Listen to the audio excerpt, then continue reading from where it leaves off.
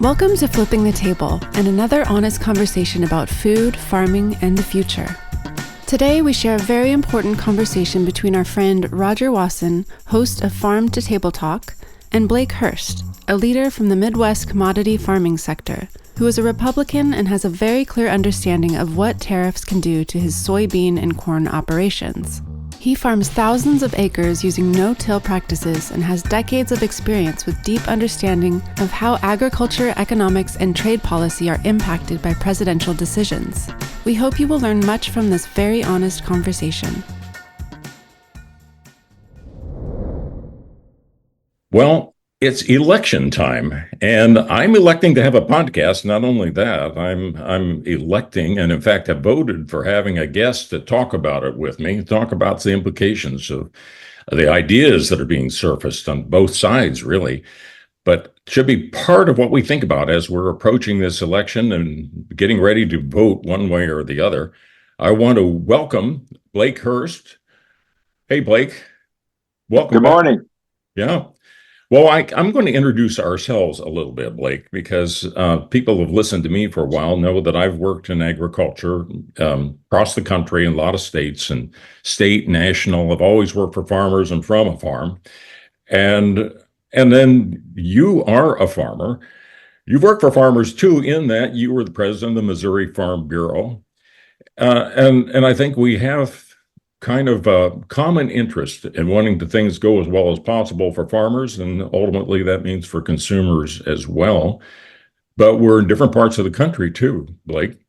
You're in Missouri, I'm in California, and I won't be the first one to point out that people suspect that there's generally a little different outlooks in some cases between California and Missouri. In fact, the last time we talked, Blake, I think we were comparing notes of the political signs in our neighborhoods, and it seems to me that mine are exactly opposite as the ones are in your neighborhood. So I think that would be a fair bet. I got to tell you, one of them I think is cute. I don't think this is being too political. Is that one of the signs that's one of many in the neighborhood has a punctuation mark and a musical note. And you had to guess what that meant. All right. Well, and that punctuation mark is for pausing in a sentence.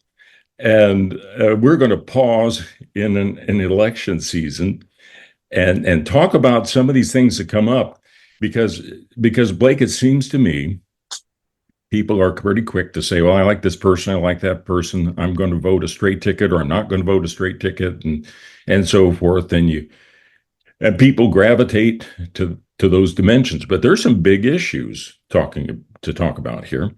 And one of them I thought in particular I wanted to get your opinion on is tariffs. And tariffs are coming up, tariffs and trade issues. And it's been offered as maybe that's a solution. And it's you could use tariffs on countries that don't align with our policies, and for various reasons. You know, we have different points of view. And just slapping a tariff on also would bring more income in. And if it brought more income into the country, then perhaps that would help pay for cutting taxes and spending more on programs. Now, with that kind of setup, how do you respond to that area, that tariffs and trade issues could be the answer? I think that they are an answer for sure. It's just that they're the wrong one. One of the more humorous things about the campaign so far is this talk about using tariffs to raise revenue, and former President Trump talks about the McKinley administration. But I don't think anybody which was largely financed by tariffs, as was our government through the 19th century. But the McKinley administration spent about 2% of GNP. That was the federal government spending. And I would be very surprised if we could get a consensus in Congress to cut our budget to 10% of what we're spending now, which is well over 20% of GNP. Tariffs don't raise enough money to finance the government, and that's just the truth, full stop. And it's not even close. Well, let's talk about that just a little bit more, because we've had tariffs. We have tariffs yet, and they've been tried. And so more than just the general philosophy, I think you can point to some examples, can't you? I mean, we've given it a try, and is there any reason to think that to be encouraged, I guess, by that experiment? Well, we started down this road of seeing tariffs as an answer to any number of economic problems. I'm 6 years ago. That's when we first put the tariffs on China and other countries as well. We don't want to forget that when we put the steel tariffs on China, that we also put them on Canada. You can maybe perhaps make a foreign policy argument for punishing China for their actions. It's pretty hard to say that we have a threat from our good friends to the north. 6 years, and what's been the result? Well, we were promised that our trade deficit would go down. It has not. It's gone up. We were promised that manufacturing employment would increase. It hasn't. The trend, which has been down for many, many years, as we shift to a service economy, has continued. The percentage of manufacturing employment in the country has continued to fall. We were promised that it would change China's behavior, that they would be nicer to our friends in the East Asian and the Pacific parts of the world. That hasn't happened as either. We haven't seen the improvement in China's behavior. And finally, Robert Lighthizer, who was a trade official in the Trump administration, promised us that no one would retaliate against our increase in tariffs. And the opposite has been what we've seen. We've seen huge increase in tariffs, and particularly on agricultural products. And so we've lost markets in China and around the world as countries respond to our tariff regime. So it's been a colossal failure, and we should probably recognize that fact.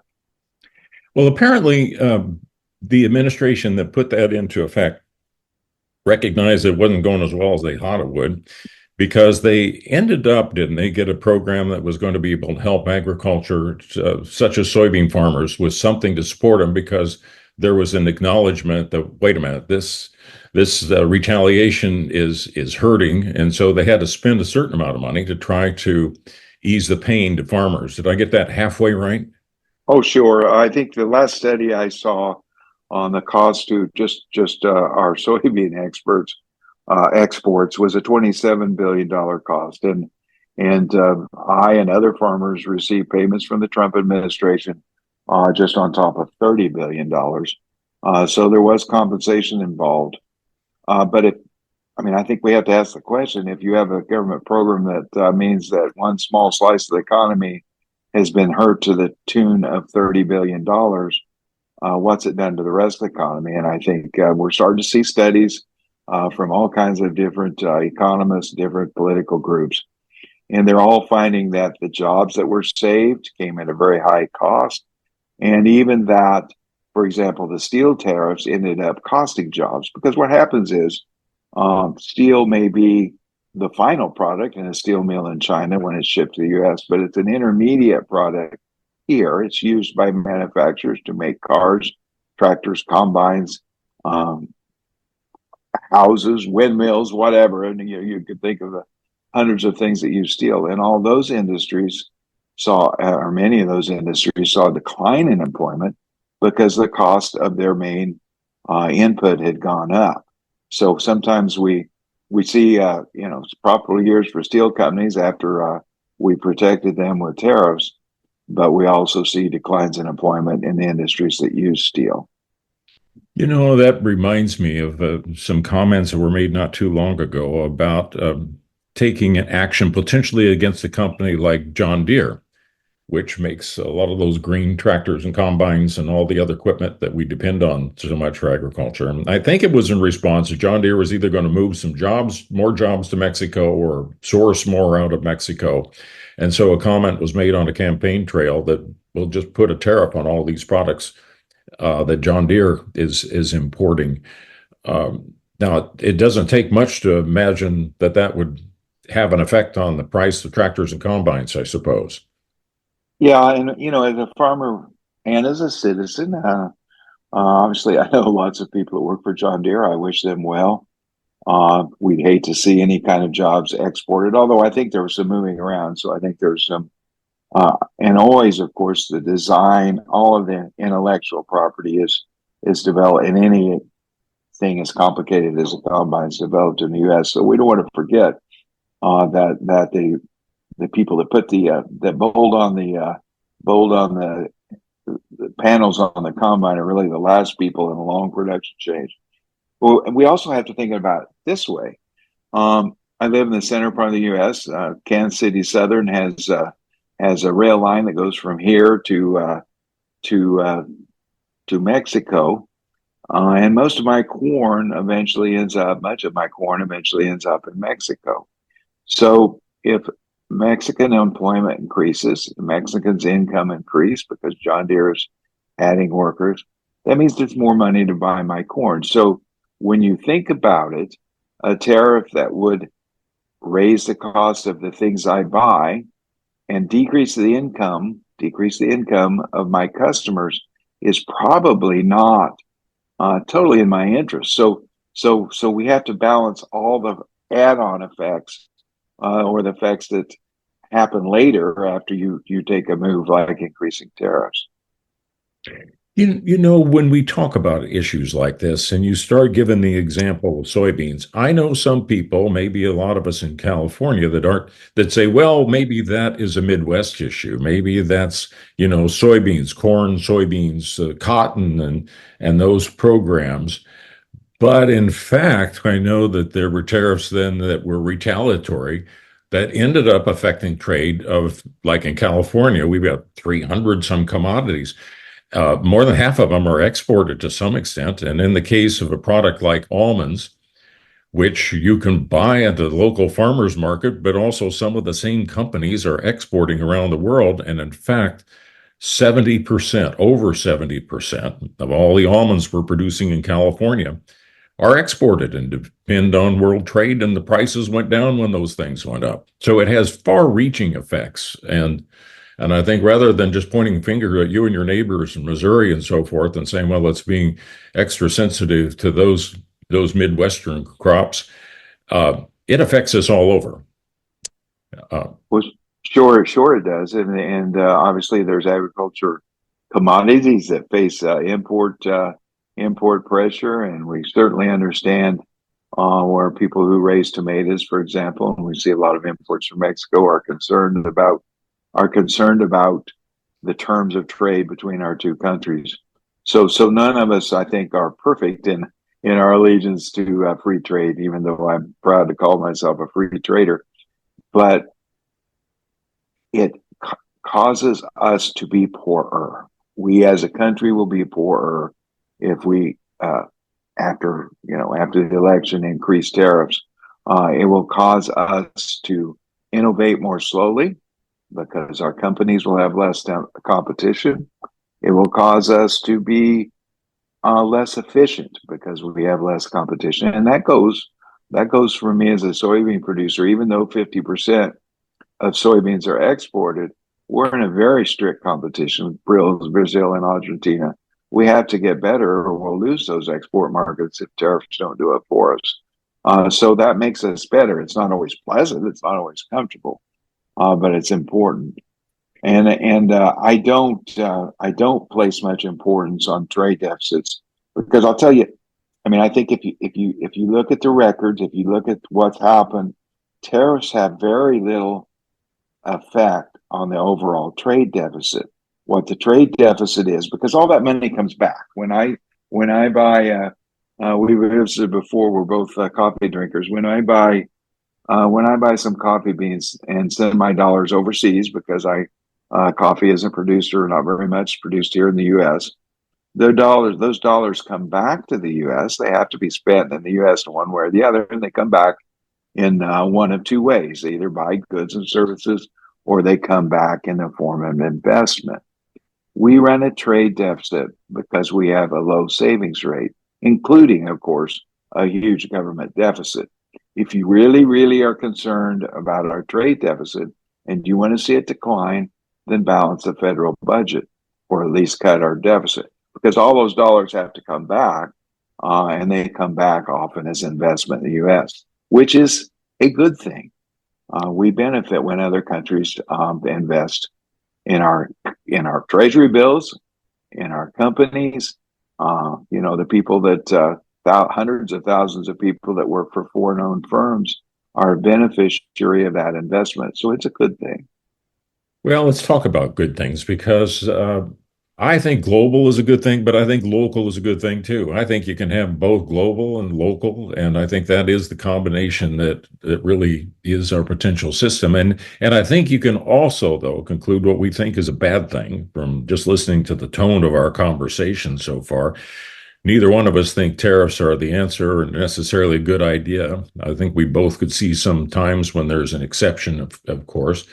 But as an alternative, then it would require you to engage in trade, trade talks, being able to get trade agreements and so forth back on the table. And Blake, we haven't done much of that lately. No, and I think that one of the things we should, as we talk about tariffs, the reason we have a 6-year example of a tariff program not working is because the present administration has kept all of the Trump administration's tariffs in place and actually added to them. The same thing goes for trade agreements. One of the first things that President Trump did was withdraw from the Trans-Pacific trade agreement, a trade agreement that had been negotiated during the Obama for years and years, but finalized during the Obama administration. It was a good thing for agriculture. It would have been a good thing. And on a sort of a geopolitical foreign policy thing, it was aimed at China. The idea was to strengthen trade ties with the other countries in East Asia, with the Philippines, with Vietnam, with Bangladesh. I mean, all those countries, in order to have them be partners with U.S. and Australia and New Zealand. And we withdrew from that trade agreement. And the Biden administration has made no attempt. In fact, they've been very clear that they have no interest in renewing those talks or moving forward at all. So, yeah, we need to talk to people. One of the things that's come out of former trade agreements is the WTO. And as it turns out, we have a very good record of winning cases against the WTO. When we think of some other countries trading unfairly, we do pretty well. We also have seen China, as surprising as it may seem, pretty well abide by decisions made by the WTO when they agreed to adjudicate trade disagreements. We've refused to appoint judges, basically what it is essence to judges to the WTO. And that's the past two administrations, have pretty well made it impossible for them to settle disagreements in trade, and that's harmed us. And we need to be honest and acknowledge that fact that we get frustrated with the WTO. We don't like trade agreements. We think we're always getting taken advantage of. But actually, as I said, we did pretty well. We were well over 50% in the cases we brought. And China did, as a rule, follow the dictates of those court cases or those judicial actions. You've done a good job of pointing out that there have been trade issues coming up on, from both parties and both administrations. So now we're at the verge of having one way or the other a change in administration. May or may not be change in parties, but there'll be changes. But as that happens, there'll be decisions made on who gets to be in leadership roles, because the presidents and even senators and others who come in, they don't know everything, and they get to choose people to advise them to be on their team. And in the case of food and agriculture, big job is Secretary of Agriculture, and Secretary will be having deputy secretaries and assistant secretaries and administrators and so forth. A whole slew of them come in. And among them, you can have people come in that are set with interesting ideas. And this is where I want to tap on your opinion again, too, because of some of those, quote, interesting ideas that come up. Robert Kennedy has had his ideas bandied around. First, he was having ideas that he was expressing about food and agriculture policy and the state of nutrition in the country and all sorts of issues. And it was as an independent candidate, and then he was going to be a Democrat, and then he was going to be a Republican, and it seemed like he was then dropping out of the race. But he kept talking about these broad ideas that he had about food and agriculture, and it looks like he found a home in one party. One party he didn't go with, another party he went with. But all of a sudden, he's showing up more and more with some of his ideas. So people saying, gee, maybe he's the kind of guy that we need to have Secretary of Agriculture or head of HHS. And I think it's worth noting, and you've noted it well, that he's got some fairly unusual policies that are concerning for people if they're concerned about having a stable food and farming future. So you got to think about Robert Kennedy and some of the ideas he's recommending? Yeah, I think he's, as we would say here in the Midwest, he's crazier than a loon. I think it's not a recent phenomenon. We've watched his career for many, many years. He spent a lot of time talking about the environment, scaring people about the environment. And as recently in the last few weeks, he's still talking about chemtrails. I did a survey, actually, Roger, when I saw his quote about chemtrails. I asked my family members, you guys know what chemtrails are? And then, no, they never heard of them. So I'll explain to you what they are. I know you know. There are conspiracy theorists that are convinced that the vapor trail you see behind a jet airplane when you look up in the sky on a clear day is actually chemicals being sprayed as a part of a massive conspiracy to harm people. Amongst other things, RFK Jr. has promised that he'll clean those chemtrails up once he's in the President Trump is elected. And he's has the influence in the administration. He's against any kind of modern agriculture. Spent a lot of time talking about glyphosate.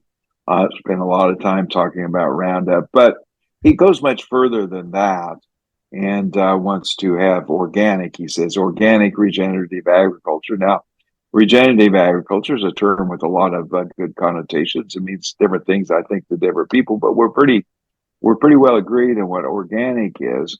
And what we know is that it's certainly important as a nation. It's certainly important for those consumers who are willing to pay for it. But we know that we can't feed the United States with organic agriculture. We know that because we've tried it for about 10,000 years.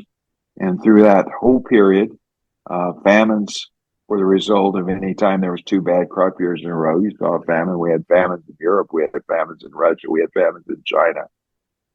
Perhaps the U.S. is the only country that has never had a really serious famine because we had such a large area of arable land. But it just doesn't work. Well, if you need a more recent example, in 2020 and 2021, Sri Lanka elected a new president. They decided that they would adopt organic agriculture. The first thing they did was restrict or end importation of the very fertilizers that RFK Jr. would like to ban, the very fertilizers that he said are poison our soil and our food. And they immediately, their tea production, which is their main export crop, collapsed. Their rice production dropped 20%. People were hungry. Food prices skyrocketed. There were riots. They had to get a very large loan from the IMF to keep their economy going. It was a disaster, and it was repealed and within months of its full implementation. So we've got a pretty recent example of what the Kennedy agriculture program looks like in real life, and it isn't pretty.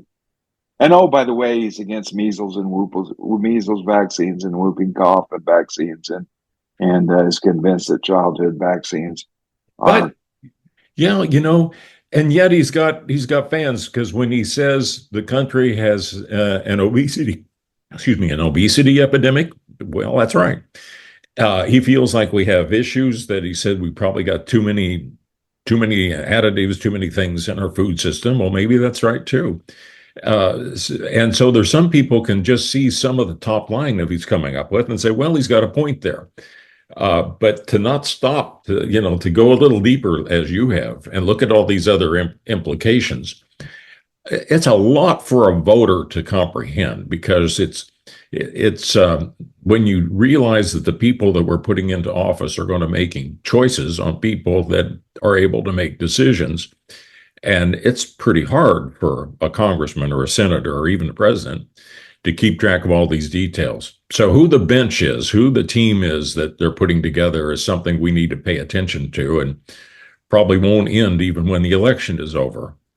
But I guess you should wish me good luck with that one, though, Blake, because it's hard enough to keep everybody interested to go as deep as we have already, I suppose, on some of these issues.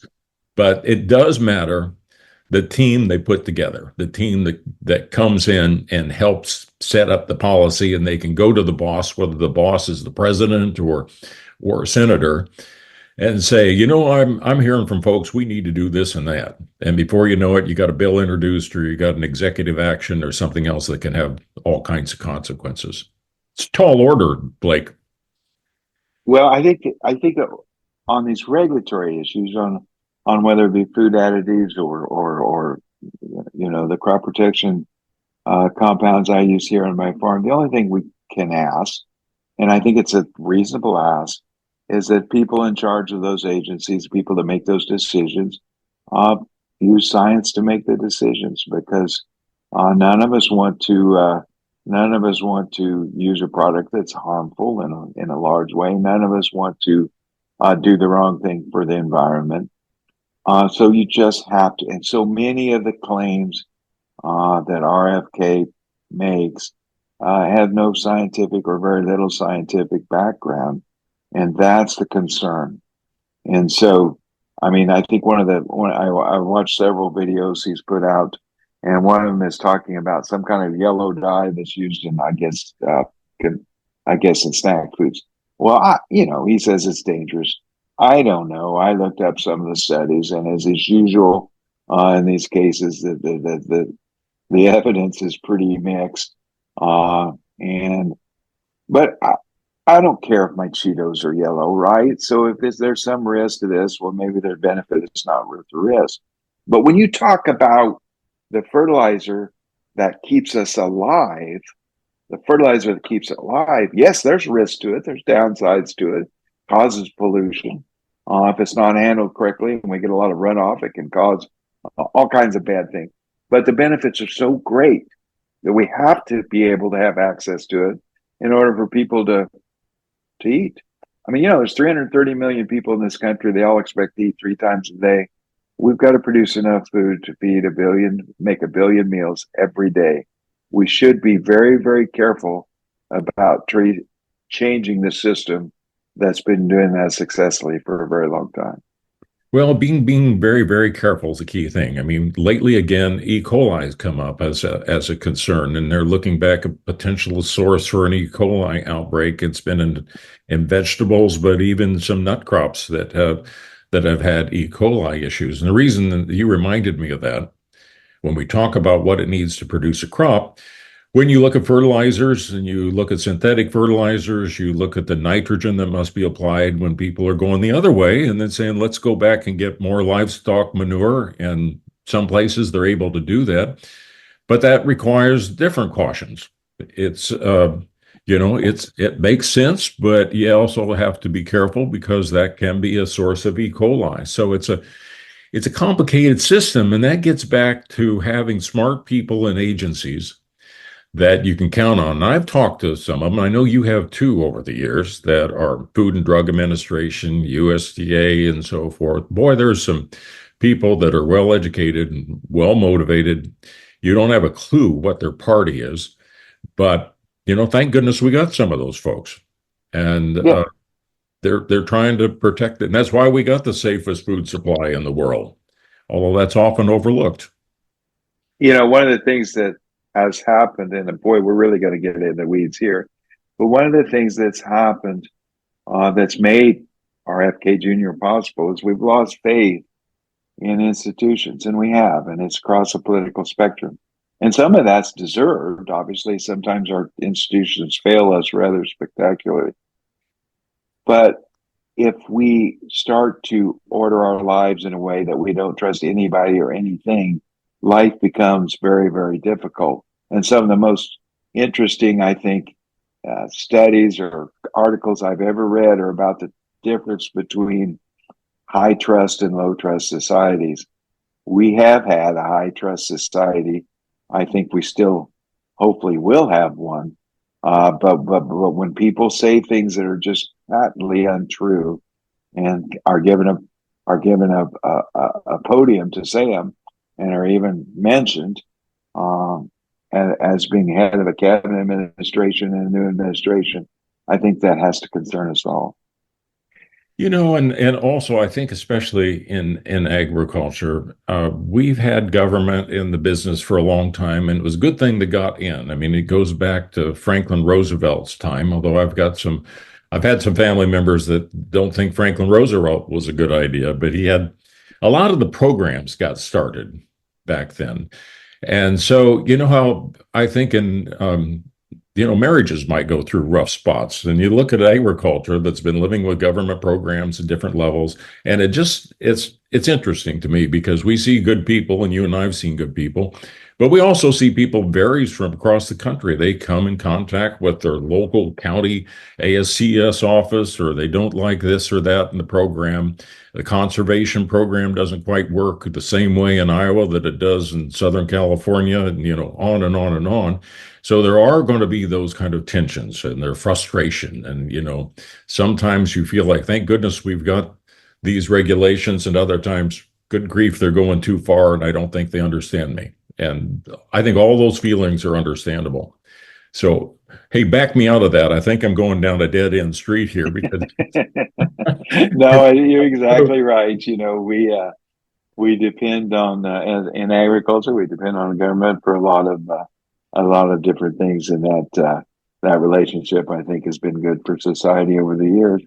And we finished up harvest last week and are starting to think about are preparing for next year. And I was just on the phone yesterday talking to my local in our National Resource Conservation Service about some conservation work I want to do, a terrace I want to build that will cut some erosion and handle the water when we finally get some rain on my farm better. And I'm glad I have that expertise to call on, and the funding that they hopefully will provide to my. It's a little bitty project, but they hopefully provide. I was talking to a business partner of mine who's very excited. He was today's when he went to NRCS to talk about a buffer strip up in Iowa.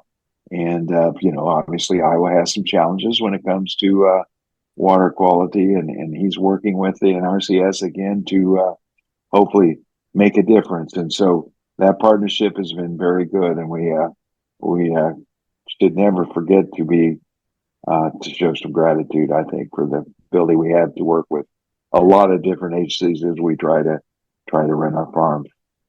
Well, I think some of the most impressive people I've ever worked with are involved in agency work, and I can remember the county extension agents that made a big difference in the counties I've been around, and just great people doing what they can. But that it's one of those things that's unexpected, like something else you've experienced that you've talked about before, and that is labor and immigration. There's no doubt. Across the country, there's concerns about the way people have come into the country and how many, and yet over 2/3 of the counties in America have been trying to request legal migrant workers and bringing them into the country and work. And you've had personal experience with that. That's not something that when you started farming you thought you'd be doing, but you've had to bring in help from outside of the United States, right? Yeah, we along with our corn and soybeans are kind of a traditional corn belt crops. We grow greenhouse crops, grow flowers, and the last 2 years we've had two H-2A workers, which is a temporary agriculture program, and they're from Mexico, and they come in February and stay till the end of June. It's been quite a bit of paperwork in order to get their approval. But we've been able to wade through that each of the last two winters. And it's been a good experience. A good friends turned into good friends. We follow them on Facebook, and I posted a picture last week on my wife's birthday. We were in the field having lunch and celebrating her birthday with the combine. And the first person to reply was one of the young men that worked for us last spring, and he said, "Happy birthday! Hope to see you soon." So it's been a good experience, and we live in a small area, and that's good news in a way. A good news that the employment situation is here is such that people, most of the people that worked for us in the past have moved on and got work seasonal, which is our challenge. If it was full time, it wouldn't be a problem, but it's seasonal. And so most of the people have moved on and gotten full time jobs, and we've been able to fill in that gap with people from Mexico. Been a very, very good experience for us. Yeah, well, it's one of those things too that when you get it signed up, you needed help and you couldn't get the help you needed in the greenhouse. You had to request and meet somebody and help them arrange, right, for a place to live, and then you had to figure out how you could communicate with each other because neither one of you were doing quite the language. Yeah, well, there's different ways to do the paperwork for H2A. I've actually done most of it myself. I talked to, as it turns out, the first thing I did was call the person that kind of handles labor issues for the American Farm Bureau, and I said, "Hey, can a person of slightly below average intelligence work their way through their paperwork without hiring an immigration lawyer?" There's dead silence on the phone, and for about 30 seconds. And of course, she knows me well. She said, "I think so." so I made it.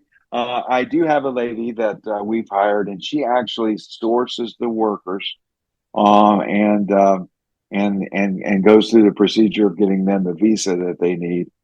And we communicate. Oh, my wife is trying to learn Spanish. My son-in-law is working on learning Spanish. But Google Translate works wonderfully, and they have phones, we have phones, we just use Google Translate. Well, I've heard that the area that's needing the most help is actually dairies. We've had a lot of dairies that have moved from just California to up in South Dakota, North Dakota. Right. It takes a lot of labor in a dairy anymore, and it's hard to get people to do that work.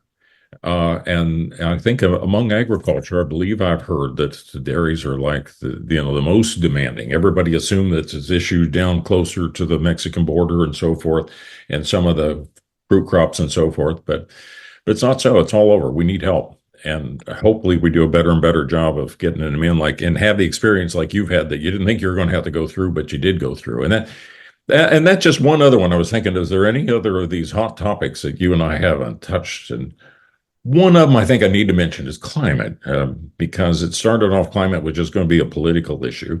And then you start seeing a transition and people say, well, something's going on here. And then you start seeing a lot of programs for regenerative agriculture and, climate change and so forth. And that conversation gets wrapped up even in the Farm Bill too, with some programs. And I don't know, when you see this, and you probably hear what I do and maybe feel the same way, is that, well, something's going on here. There's a direction here. Many of these programs are good, and some of them look like they're not really well thought through, and they need to go back to the drawing board. But how do you stay engaged about those issues without it just becoming as partisan as it has? Yeah, I mean, there's a huge that's a huge topic. I think some of the and I understand why they do it. I think some of the farmer reluctance to get involved in the private programs is the long-term nature of the commitments you make. In other words, and I understand that if you're actually sequestering carbon, they need to be able to make sure you continue to do that. So that's been a sticking point. One of the problems, and I don't see an easy solution, has been the fact that so we've been no-till farming for a very long time. I once was in a meeting with a person who was talking about, it was a large corporation talking about their carbon program. And I said, well, look, you're not going to give me credit for no-till because I'm already doing it. She said, nope. And I said, well, what if I get out the disc and till the ground for 2 or 3 years and then go back to no-till and you'll pay me for it? Oh, no, that'll never happen. We'll look at Google Earth. We'll make sure. So all these issues have to be worked out. It's very hard, as it turns out. And I think sometimes the programs are written without acknowledging this fact. It's very hard, as it turns out, to measure carbon to see what works. We really don't know, and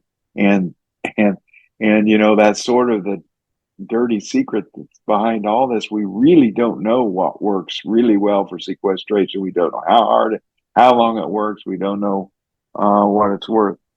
But it does bleed over into other things. And I'll close with one other thing. You didn't even think about me going here, but I think it's a big issue and continuing to be a big issue. As you know, the federal government gives nutrition guidelines, and they appoint a committee of experts.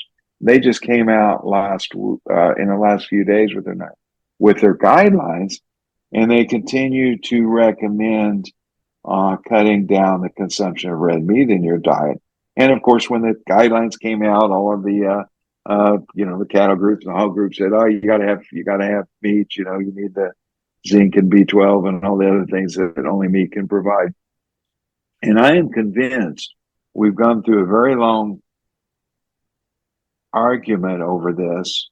And, for years we've been told to eat less fat and more carbohydrates.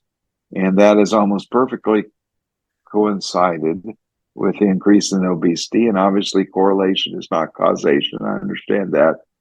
But I think that nutrition science is beginning to say,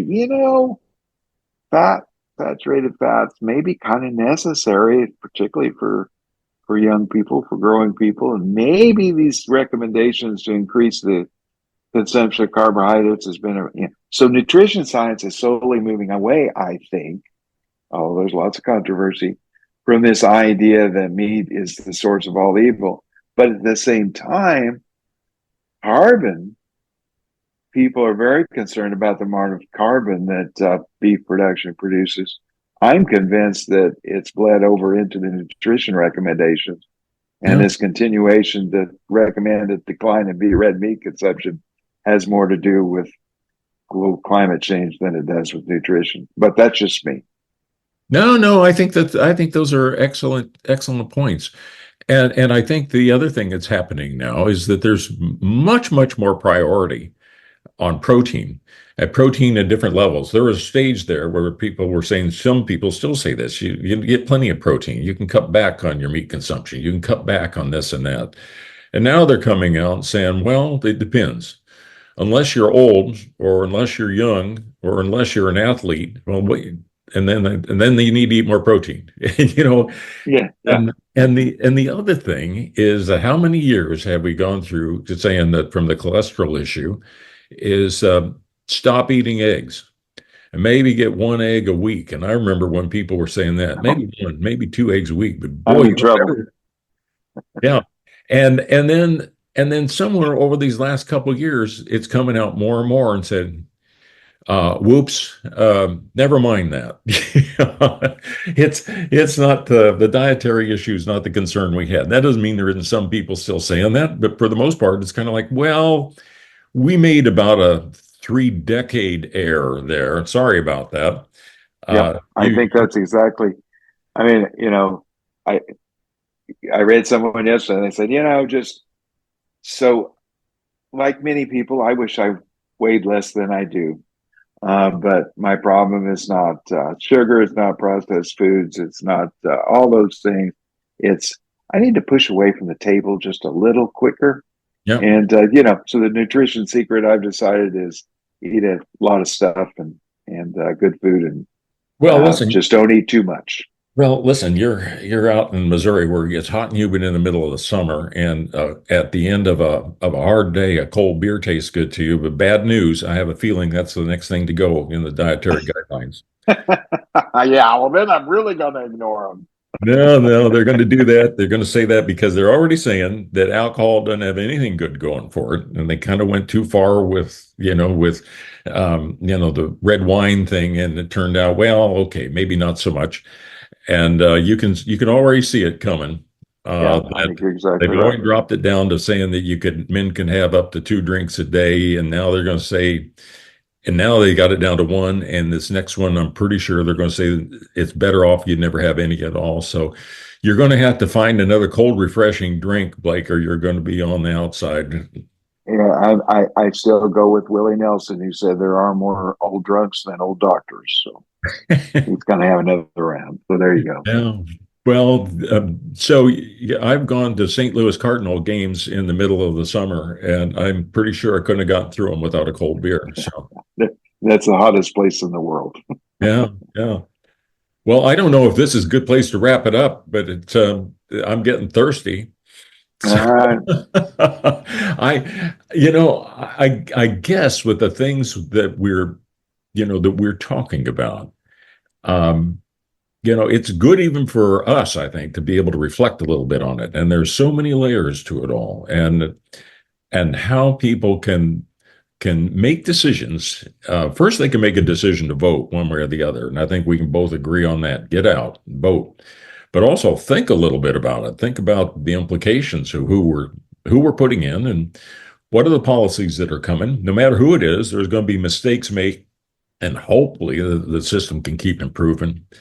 But if you were going to have a final word and saying, as you're approaching this season, you're electing leaders and policies and so forth. I mean, what counsel do you have to people that say, well, I care about farmers. I care about my food system. I want to do the right thing. Do you dare speak up, or do you try to keep your head down?